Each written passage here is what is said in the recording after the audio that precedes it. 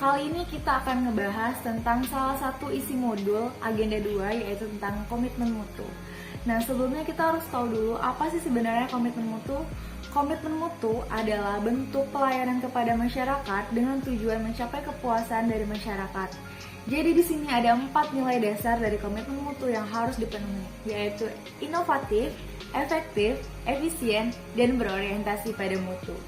Sebelumnya, kami telah membahas atau sama-sama melihat tentang cuplikan video bupati yang marah dan sidak di salah satu puskesmas karena seluruh pegawainya itu tidak melaksanakan tugasnya dengan baik.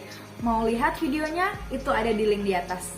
Nah, setelahnya, kami setelah mereview dan menemukan ada kejanggalan-kejanggalan, ada 4 pelanggaran nilai dasar dari komitmen mutu yang akan dibahas. Penasaran? Kita lihat. Dari video sidak Bupati Solok Puskesmas dapat terlihat bahwa atasan dan para pegawai puskesmas tidak inovatif dalam menjalankan tugasnya dan menaati peraturan yang telah dibuat oleh pemerintah. Bahwa mereka memiliki kendala dalam menjalankan tugas itu, yaitu kekurangan tenaga dan juga masalah keamanan.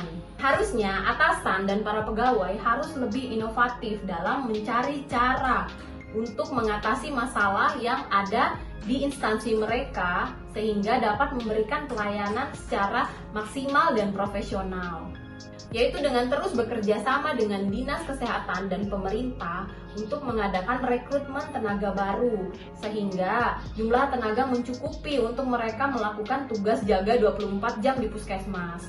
Lalu untuk masalah keamanan, bisa dengan memasang CCTV misalnya. Lalu bisa juga dengan rekrutmen tenaga keamanan. Menyikapi kasus sidak yang dilakukan oleh Bupati Solok ke Puskesmas Tanjung Bingkung, yaitu kurangnya kualitas pelayanan kesehatan yang diukur dari nilai efisiensi. Efisiensi yang dimaksud yaitu keseimbangan antara yang dilayani dan yang melayani. Menurut pengakuan salah satu pegawai di sana, staf UGD yang ada hanya 2 orang. Ini menunjukkan bahwa kurangnya SDM yang berkualitas di Puskesmas Tanjung Bingkung.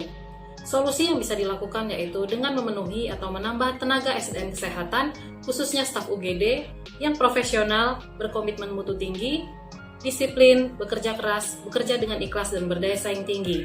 Hal ini bisa dilakukan dengan kerjasama antara puskesmas, dinas kesehatan, dan pemerintah kabupaten terkait.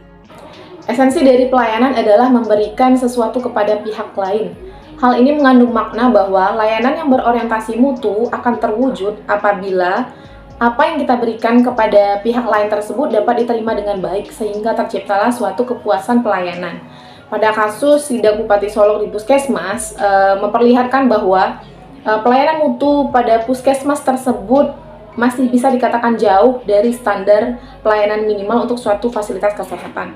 Hal ini terlihat dari penolakan petugas kesehatan untuk melayani masyarakat hanya dikarenakan beliau tidak sedang berada pada jam dinasnya dan UGD yang seharusnya siap siaga selama 24 jam hanya mampu melayani masyarakat hingga pukul 5 sore. Hal ini merupakan suatu pelanggaran nilai dasar orientasi mutu karena rendahnya komitmen kerja pada petugas di puskesmas tersebut. Terlebih lagi, telah terbitnya surat pernyataan dari petugas yang berisi penolakan untuk bekerja dengan alasan yang tidak bertanggung jawab dan tanpa ada solusi untuk kedepannya. Alternatif penyelesaian yang dapat dilakukan terkait dengan masalah di puskesmas tersebut yakni dengan memberikan reward and punishment yang seimbang. Hal ini dapat dilakukan dengan memberikan arahan atau pelatihan kepada aparatur terkait yang berorientasi dengan kepuasan pelayanan dan memberikan reward kepada petugas yang sudah memberikan pelayanan terbaik di puskesmas tersebut. Komitmen mutu merupakan cara mewujudkan kepuasan masyarakat yang menerima pelayanan dengan baik.